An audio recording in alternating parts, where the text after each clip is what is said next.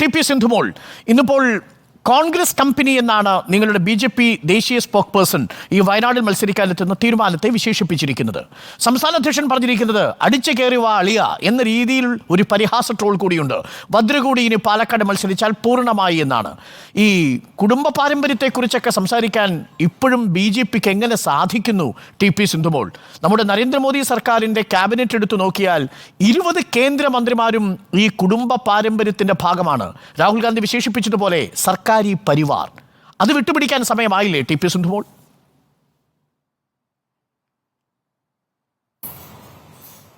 അരുൺ ചോദിച്ച ചോദ്യത്തിന്റെ മറുപടിയിലേക്ക് വരുന്നതിന് മുമ്പ് ദീപ്തി ഇവിടെ BJPയെ കുറിച്ച് പരാമർശിച്ചു പോയ ഒരു 2-3 കാര്യങ്ങൾക്ക് മറുപടി പറഞ്ഞതിന് ശേഷം ഞാൻ വരാം. ഒന്ന്, BJPക്ക് ഈ വയനാടിൻ്റെ നടക്കാനിരിക്കുന്ന ലോക്സഭാ തെരഞ്ഞെടുപ്പുമായിട്ട് ബന്ധപ്പെട്ടും രാഹുൽ ഗാന്ധി ഇവിടെ നിന്ന് പോകുന്നു, പ്രിയങ്ക ഗാന്ധി വരുന്നു, ഈ വിഷയമൊക്കെ ബന്ധപ്പെട്ട് ഇടപെടാൻ യാതൊരു അർഹതയുമില്ല എന്ന് ദീപ്തി പറയുകയുണ്ടായി. ഞാനൊരു കാര്യം പറയട്ടെ. 2019 71,000 വോട്ടുണ്ടായിരുന്ന വയനാട് മണ്ഡലത്തിൽ ഇന്നത് 1,41,000 ഞങ്ങളുടെ വോട്ട് ഇരട്ടിയായി വർദ്ധിച്ചു എന്നുള്ളത് ദീപ്തി മറന്നിട്ടാണോ അല്ലയോ എന്ന് എനിക്കറിയില്ല. ഒന്ന്. 2, BJPയെ ഇനി വില കുറച്ച് കാണാനായിട്ട് ദീപ്തി ശ്രമിക്കുന്നെങ്കിൽ ഞാൻ ചോദിക്കുന്നത്, ഇതേ ചോദ്യം നിങ്ങൾ ഈ തെരഞ്ഞെടുപ്പിൽ തൃശ്ശൂർ ഉൾപ്പെടെ ചോദിച്ചിരുന്നു. നിങ്ങളുടെ പിണങ്ങിപ്പോയ ശ്രീ V. മുരളീധരൻ തിരിച്ചു വന്നോ ദീപ്തി?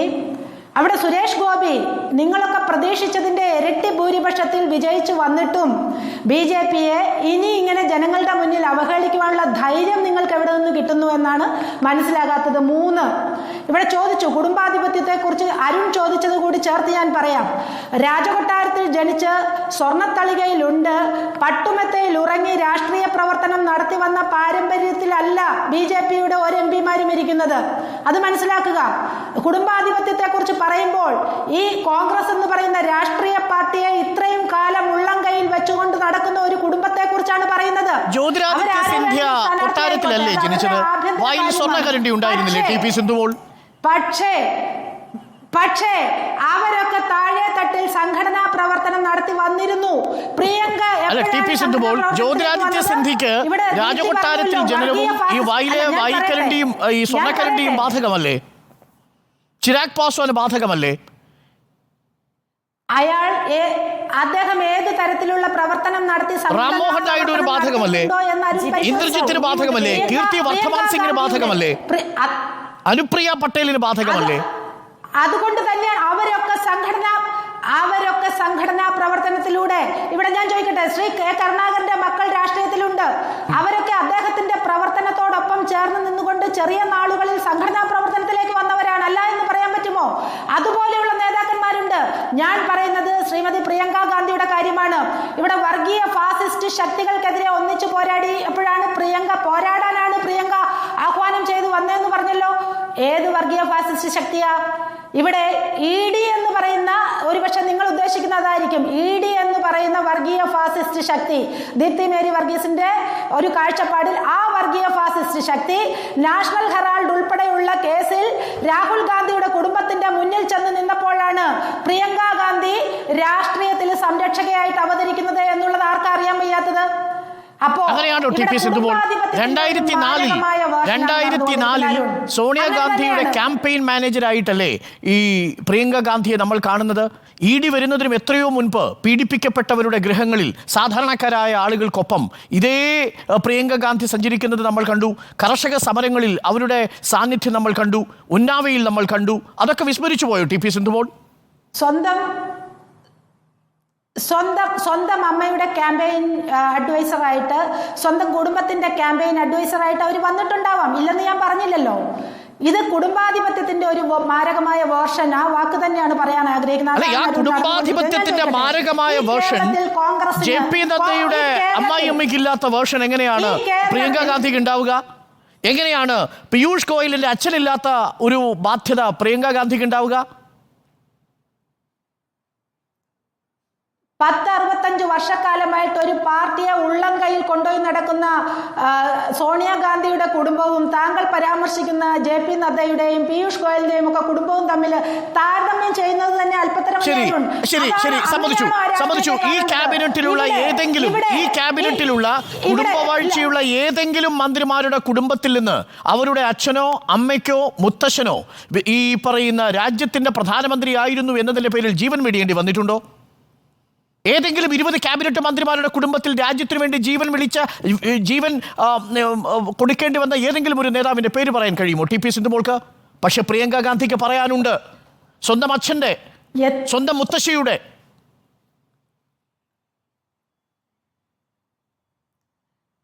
അത് വാസ്തവമാണ്, അതിനെ ഞാൻ അംഗീകരിക്കുന്നു. പക്ഷേ അതെല്ലാം ഇത്തരം ഒരു കുടുംബാധിപത്യത്തിന് വളക്കൂറാകുന്ന തരത്തിൽ കോൺഗ്രസ് അതിനെ കാണുമ്പോഴാണ് ഞാൻ ചോദിക്കട്ടെ, ഈ കേരളത്തിൽ ഈ തവണ മത്സരിച്ച 20 MP-മാരായിട്ട് മത്സരിച്ച ഈ 20 കോൺഗ്രസ്സുകാരെ ഇവിടെ നിലവാരമുള്ളവരല്ലേ, മത്സരിക്കാൻ പ്രാപ്തരായിട്ടുള്ളവർ ഈ കേരളത്തിലുള്ളൂ എന്നാണോ ഇവർ പറയുന്നത്? 21ാമതൊരാളില്ല ഇവിടെ. അതാണ് രാജീവ് ചന്ദ്രശേഖരനെ തിരുവനന്തപുരത്ത് കൊണ്ടുവന്നത് എന്തിനായിരിക്കും? ഈ കേരളത്തിലെ ജനങ്ങൾ ചോദിക്കുന്നത്. രാജീവ് ചന്ദ്രശേഖരൻ ആർക്കും പകരക്കാരനായിട്ട് വന്നതല്ല, അദ്ദേഹം തെരഞ്ഞെടുക്കപ്പെട്ട് തന്നെ വന്നതാണ്. അദ്ദേഹം ഒരു കുടുംബ പാരമ്പര്യത്തിന്റെയും ഭാഗമായിട്ട് വന്നതല്ല. രാജീവ് ചന്ദ്രശേഖർ ഇതിനു മുമ്പ് പ്രതിനിധീകരിച്ച മണ്ഡലം ഏതാണ്? വി മുരളീധരൻ ഇതിനു മുമ്പ് പ്രതിനിധീകരിച്ച രാജ്യസഭാ സീറ്റ് ഏതാണ്? ആ മണ്ഡലവും ഒക്കെ ആയിട്ട് ഇവർക്ക് എന്താ ബന്ധം?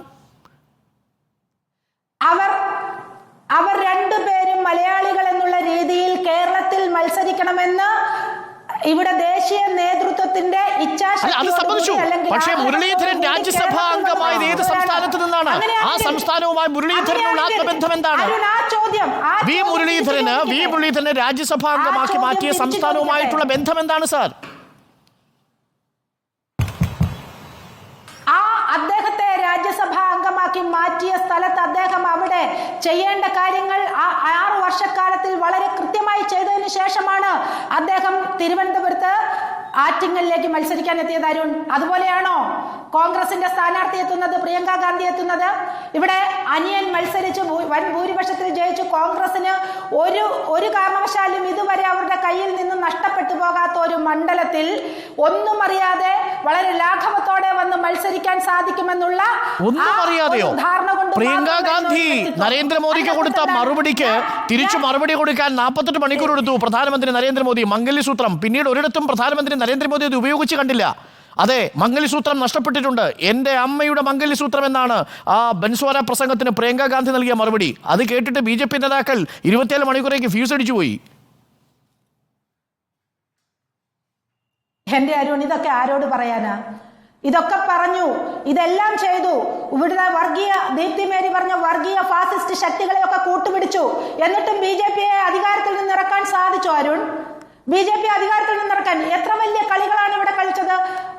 നമ്മുടെ ആഭ്യന്തരമായിട്ടുള്ള കാര്യങ്ങളിൽ പോലും വിദേശ രാജ്യങ്ങളിലുള്ള ആളുകൾക്ക് ഇടപെടാനുള്ള സൗകര്യം പോലും നടത്തി കൊടുക്കുന്ന രീതിയിൽ ഈ രാജ്യത്തെ ഒറ്റുകൊടുത്തവരാണ് കോൺഗ്രസുകാർ. അതുപോലെ ഒറ്റുകൊടുത്ത അവർ ഇവിടെ ഇതുപോലെ ഒരു ഇന്ത്യ സഖ്യം ആരെയും ചേർത്ത് പിടിച്ചുകൊണ്ട് പോകുമെന്ന് പറഞ്ഞുകൊണ്ട് ഒരു ഇന്ത്യ സഖ്യം രൂപീകരിച്ച് BJP-യെ ഇവിടെ ഇല്ലാതാക്കാൻ ശ്രമിച്ചിട്ട് ഇല്ലാതായോ? കേരളത്തിൽ താമര വിരിഞ്ഞില്ലേ? ശരി, കേരളത്തിൽ താമര വിരികയല്ലേ? ശരി. അല്ല, അതൊന്നും അംഗീകരിക്കാതിരിക്കുന്നില്ല. 3.8% വളർച്ച BJP കേരളത്തിൽ നേടിയത് BJP-യുടെ നേട്ടം തന്നെയാണ്. അത് ഏതെങ്കിലും തരത്തിലുള്ള സിനിമാ താരത്തിന് കിട്ടിയ വോട്ട് മാത്രമായി ഞാൻ കണക്കാക്കുന്നതുമില്ല. TP സിന്ധുമോൾ മറുപടി പറയേണ്ടതിന് ദീപ്തി മേരി വർഗീസാണ്. ദീപ്തി മേരി വർഗീസ്, BJP-യുടെ വളർച്ചയെ നിങ്ങൾ എത്ര കാലം കണ്ണടച്ചിങ്ങനെ പറഞ്ഞോളൂ? ഒറ്റ മിനിറ്റിനുള്ളിൽ അവസാനിപ്പിക്കണം. TP സിന്ധുമോൾ,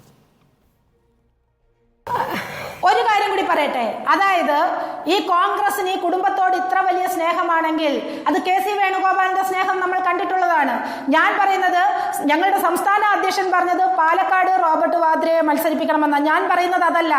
ആലപ്പുഴയിൽ KC വേണുഗോപാൽ രാജിവെച്ചുകൊണ്ട് ആ ത്യാഗ മനോഭാവത്തിൽ നിന്നുകൊണ്ട് റോബർട്ട് വാദ്രയെ കൂടി ആലപ്പുഴയിൽ കൊണ്ടുവന്ന് മത്സരിപ്പിക്കണമെന്നാണ് എനിക്ക് ഈ അവസരത്തിൽ പറയാനുള്ളത്. അങ്ങനെയാണെങ്കിൽ ഇവർ സംപൂജ്യരായി തീരുമെന്നുള്ള ആ ഒരു ധാരണയാണ് ഞങ്ങൾക്കുള്ളത്.